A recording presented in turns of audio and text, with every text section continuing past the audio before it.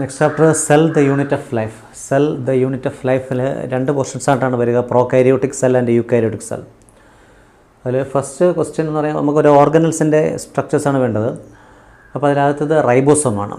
റൈബോസോമിൻ്റെ peculiarity നമുക്കറിയാം, പ്രോകാരിയോട്സിലും യൂകാരിയോട്സിലും ഒരുപോലെ കാണുന്ന, കോമണായി കാണുന്ന ഒരു ഓർഗനിലാണ് റൈബോസോം എന്ന് പറയുന്നത്.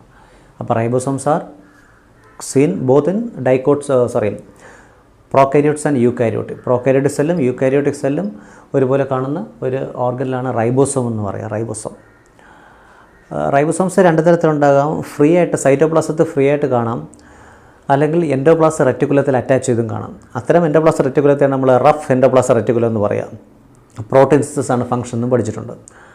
അപ്പോൾ എന്തായാലും പ്രോകാരിയോട്സിൽ ന്യൂക്ലിയസ് ആബ്സെൻ്റ് ആണ്. പ്രോകാരിയോട്ടിൽ ന്യൂക്ലിയസ് ആബ്സെൻ്റ് ആണ്. സോ മറ്റ് മെംബ്രെയിൻ ബോണ്ട് ഓർഗനൽസും ആബ്സെൻ്റ് ആയിരിക്കും. ന്യൂക്ലിയസ് ആബ്സെൻ്റ് ആണ്, മറ്റ് membrane bound organelles absent, endoplasmic reticulum absent ആയിരിക്കും. അതുകൊണ്ട് എൻഡോപ്ലാസ് റെറ്റിക്കുലത്തിൽ അറ്റാച്ച് ചെയ്ത് കാണില്ല എവിടെ, പ്രോകാരിയോട്സിൽ. യൂകാരിയോട്സിലാകുമ്പോഴത്തേക്ക് എൻഡോപ്ലാസ് റെറ്റിക്കുലത്തിലോ അല്ലെങ്കിൽ സൈറ്റോപ്ലാസത്തിലോ ഫ്രീ ആയിട്ടോ കാണാം. അത് റൈബോസോംസ്. റൈബോസോംസിൻ്റെ ഫംഗ്ഷൻ നമുക്കറിയാം, പ്രോട്ടീൻ സിന്തസിസ് ആണ്. ഏത് റൈബോസോംസിനും രണ്ട് സബ് യൂണിറ്റ്സ് ആണുള്ളത്, ഒരു ലാർജർ സബ് യൂണിറ്റും ഒരു സ്മോളർ സബ് യൂണിറ്റും. അല്ല ഡിഫറൻസ് ചോദിക്കുന്നു വെച്ചാൽ ആ പ്രോകാരിയോട്ടിക് റൈബോസോംസും യൂകാരിയോട്ടിക് റൈബോസോംസും ഡിഫറൻസ് ആണ് ചോദിക്കുക. Prokaryotic ribosomes are 70S and eukaryotic ribosomes are 80S. ഓർക്കുക, prokaryotic ribosomes are 70S and eukaryotic ribosomes are 80S. S for its a sedimentation coefficient, Sedberg unit. Sedberg unitനാണ് S എന്ന് പറയാം.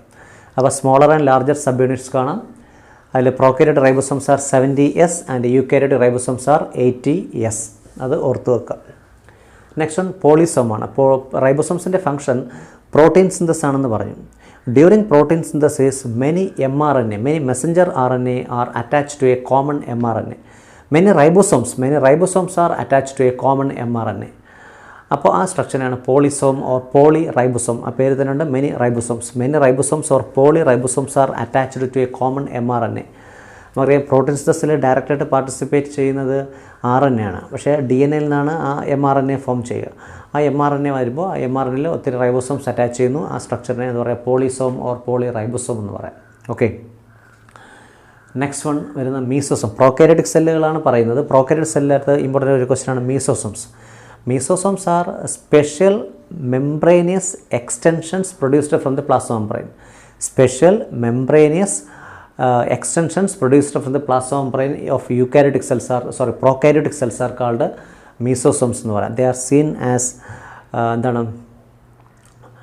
vesicles, tubules and cisternae. അപ്പോൾ അങ്ങനെ ഇരിക്കും കാണുക. അപ്പോൾ mesosomes are ഒരു previous ക്വസ്റ്റ്യനിൽ ചോദിച്ചൊരു ക്വസ്റ്റ്യനാണ് മീസോസോംസ്. സ്പെഷ്യലൈസ്ഡ് മെംബ്രേനിയസ് എക്സ്റ്റൻഷൻസിനാണ് എന്താ പറയുക, മീസോസോംസ് എന്ന് പറയാം.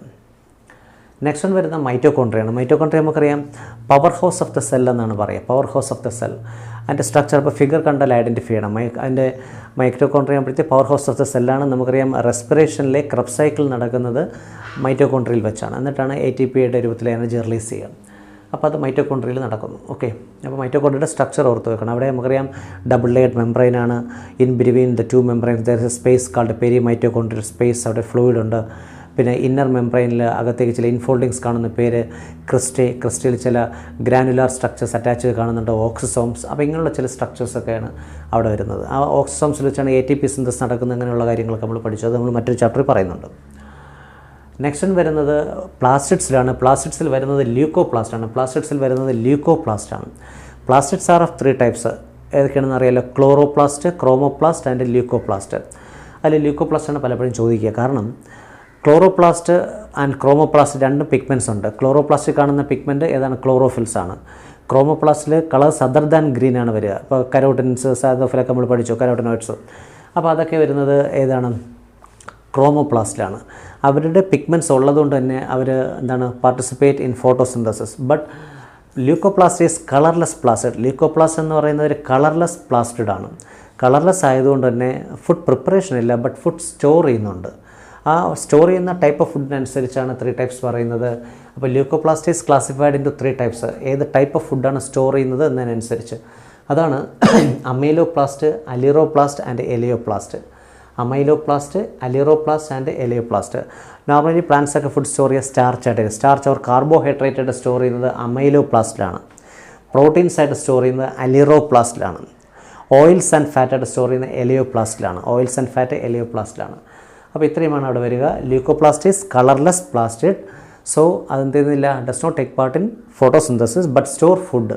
ആ ടൈപ്പ് ഓഫ് ഫുഡ് സ്റ്റോർ ചെയ്യുന്നതനുസരിച്ചാണ് 3 types: amyloplast, aleuroplast and elaioplast. ഇങ്ങനെ 3 ടൈപ്സ് ആയിട്ട് പറയാം. നെക്സ്റ്റ് വൺ, അടുത്ത നമ്മൾ ഇതൊക്കെ അടുത്ത എന്താണ് യൂക്കാരിയോട്ടിക് സെല്ലിലേക്ക് വരുമ്പോഴത്തേക്ക് ഉള്ളതാണ് ഇനി പറയുന്നതൊക്കെ. അതിൽ തന്നെ ഈ മോസ്റ്റ് ഇമ്പോർട്ടൻ്റ് ഒരു ക്വസ്റ്റ്യനാണ് നമുക്കറിയാം cell membrane. Cell membrane is a semi permeable മെംബ്രെയിനാണ്. അനിമൽ സെല്ലിൽ പുറമേ കാണുന്നത് തന്നെ സെൽ മെംബ്രെയിനാണ്. പ്ലാന്റ് സെല്ല് വരുമ്പോൾ അഡീഷണൽ ആയിട്ട് സെൽ വാളൂടെ കാണാം. ഈ സെൽ മെംബ്രെയിൻ്റെ സ്ട്രക്ചർ ചിലപ്പോൾ അതിൻ്റെ ഫിഗർ തന്നിട്ട് ചോദിക്കാറുണ്ട്. സെൽ സ്ട്രക്ചർ എന്ന ചാപ്റ്ററിൽ സെൽ മെംബ്രെയിൻ്റെ ഒരു ഫിഗർ കാണാം. ആ ഡയഗ്രാം തന്നിട്ട് ചോദിക്കാറുണ്ട് പേജ് നമ്പർ 131. അപ്പോൾ ആ ഫിഗർ കൊടുത്തേക്കുക. ചോദിക്കുന്ന സയൻറ്റിസ്റ്റുകളുടെ പേരുകൾ ഇമ്പോർട്ടൻ്റ് ആണ്, ചോദിക്കുന്നതാണ്. ഇപ്പോൾ നോക്കുക, അവിടെ fluid mosaic model of cell membrane was proposed by Singer and Nicolson. Singer and Nicolson ഇങ്ങനെ 2 പേരാണ് എന്ത് ചെയ്ത് fluid mosaic model of cell membrane propose ചെയ്തത്. According to this theory, cell membrane has അല്ലെങ്കിൽ ഒരു സെമി പെർമൽ മെംബ്രെയിനാണ്, ഒരു ക്വാസി ഫ്ലൂയിഡ് നേച്ചറാണ് ഇതിനുള്ളത്. It is made up of lipids and proteins. ലിപ്പിഡ്സും പ്രോട്ടീൻസും കൊണ്ടാണ് നിർമ്മിച്ചിരിക്കുന്നത് തന്നെ. അപ്പോൾ ഫ്ലൂയിഡ് മൊസൈക്ക് മോഡൽ നിർമ്മിച്ചിരിക്കുന്നത് എന്തുകൊണ്ടാണ്? ഫ്ലൂയിഡ് മൊസൈക്ക് മോഡലിൽ പറയുന്നതിനനുസരിച്ച് സെൽ മെംബ്രെയിൻ നിർമ്മിച്ചിരിക്കുന്നത് ലിപ്പിഡ്സ് ആൻഡ് പ്രോട്ടീൻസ് കൊണ്ടാണ്. ഓക്കെ, ലിപ്പിഡ്സും പ്രോട്ടീൻസും കൊണ്ടാണ് നിർമ്മിച്ചിരിക്കുക. അതിൽ തന്നെ ലിപ്പിഡ് ബൈലെയറായിട്ട് കാണുന്നുണ്ട്. പിന്നെ പ്രോട്ടീൻസ് ആണെങ്കിൽ ഇൻറ്റഗ്രൽ പ്രോട്ടീൻസും പിന്നെ എന്താണ് പെരിഫറൽ പ്രോട്ടീൻസായിട്ട് കാണുന്നുണ്ട്. പിന്നെ sugar molecule, cholesterol molecule, single സ്ട്രക്ചേഴ്സൊക്കെ അവിടെ ഉണ്ടെന്ന് അറിയാം. അപ്പോൾ ആ മോഡലിൻ്റെ പേര് ഓർത്ത് വയ്ക്കുക. ഫ്ലൂയിഡ് മൊസൈക്ക് മോഡൽ പ്രപ്പോസ് ചെയ്ത സിംഗർ ആൻഡ് നിക്കോൾസൺ, ഇങ്ങനെ 2 പേരാണ്. ഓക്കെ, നെക്സ്റ്റ് എന്ന് പറയുന്നത് ന്യൂക്ലിയസ് സ്ട്രക്ചറാണ്. ന്യൂക്ലിയസ് സ്ട്രക്ചർ പറയുമ്പോഴത്തേക്ക് ഓർത്ത് വയ്ക്കുക ഡബിൾ ലെയർഡ് മെംബ്രെയിൻ ഉണ്ട്. അതിൻ്റെ ഫിഗർ തന്നിട്ട് ചോദിക്കാറുണ്ട്. ഇടയ്ക്ക് ആ സെൽ ന്യൂക്ലിയർ എൻവലപ്പിൽ അവിടെ ഓപ്പണിങ്സ് ഉണ്ട്. ന്യൂക്ലിയർ പോർ, അകത്തൊരു ഫ്ലൂയിഡ് ഉണ്ട്, ന്യൂക്ലിയർ പ്ലാസം. പിന്നെ അവിടെ ചില ത്രെഡ് ലൈക്ക് സ്ട്രക്ചേഴ്സ് സ്കാറ്റർ ചെയ്ത് കാണുന്നുണ്ട്. ക്രോമാറ്റിൻ റെറ്റിക്കുലമാണ് കാണുക, ഓർ ക്രോമാറ്റിൻ ത്രെഡ്സ് എന്ന് പറയാം. അത് സെൽ ഡിവിഷൻ സമയത്ത് അത് ക്രോമസോംസ് ആയിട്ട് മാറുന്നതായിരിക്കും നമുക്ക് സെൽ ഡിവിഷൻ ചാപ്റ്ററിൽ പറയുന്നുണ്ട്.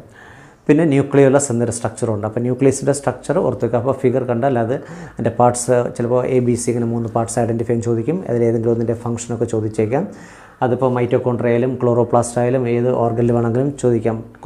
പ്രീവിയസ് ക്വസ്റ്റ്യൻസിലൊക്കെ അങ്ങനെ പല ഓർഗനൽസിൻ്റെ ഫിഗേഴ്സും ഉണ്ട്. അപ്പോൾ ഫിഗർ കണ്ടാൽ ഐഡൻറ്റിഫൈ ചെയ്യണം. ഇനി പ്രോകാരിയോട്ട് സെല്ല് വരുമ്പോൾ ഉള്ള മറ്റൊരു ഇമ്പോർട്ടൻറ്റ് ക്വസ്റ്റ്യനാണ് സെൽ എൻവലപ്പ് എന്ന് പറയുന്നത്. സെൽ എൻവലപ്പ് പ്രോകാരിയോട്ട് സെല്ലിൽ തന്നെ കാണുന്നതാണ് ഇത് സെൽ എൻവലപ്പ് എന്ന് പറയുന്നത്. സെൽ വാളിന് പകരം നോർമലി പ്ലാന്റ് സെൽസിലൊക്കെ ഉള്ളതുപോലെ സെൽ വാളിന് പകരമായിട്ടുള്ള സ്ട്രക്ചറാണ് സെൽ എൻവലപ്പ് എന്ന് പറയുന്നത്. Cell envelope is composed of 3 layers. 3 layers കൊണ്ടാണ് അവിടെ നിർമ്മിച്ചിരിക്കുന്നത്. ഗ്ലൈക്കോകാലിക്സ്, cell wall and plasma membrane. ഇത് 3നും സെപ്പറേറ്റ് ഫങ്ഷൻസ് ഉണ്ടെങ്കിലും ഈ സെൽ എൻവലപ്പിൻ്റെ ഭാഗമായിട്ട് ഒരു സിംഗിൾ യൂണിറ്റ് ആയിട്ടാണ് ഇത് വർക്ക് ചെയ്യുക. പ്രൊട്ടക്റ്റീവ് ലെയറായിട്ട് വർക്ക് ചെയ്യുന്നുണ്ട്. അപ്പോൾ ഗ്ലൈക്കോകാലിക്സ്, cell wall and plasma membrane ഇങ്ങനെ 3 ലെയേഴ്സ് ചേർന്നിട്ടാണ് സെൽ എൻവലപ്പ് നിർമ്മിച്ചിരിക്കുന്നത്. അതിൽ തന്നെ ഈ ഗ്ലൈക്കോകാലിക്സ് തന്നെ 2 തരത്തിൽ വരാം. It could be a thick and tough layer called capsule or as a loose sheath called slime layer. അപ്പോൾ സ്ലൈം ലെയർ എന്ന് പറയുന്ന ലൂസ് ഷീത്തായിട്ടും കാണാം, അല്ലെങ്കിൽ ക്യാപ്സ്യൂൾ എന്ന് പറയുന്ന തിക്ക് ആൻഡ് ടഫ് ലെയറായിട്ടും കാണാം. ഏത് സെൽ എൻവലപ്പ് എന്ന് പറയുന്നത്. അപ്പോൾ ഇത്രയുമാണ് cell the unit of life എന്ന ചാപ്റ്ററിലുള്ളത്.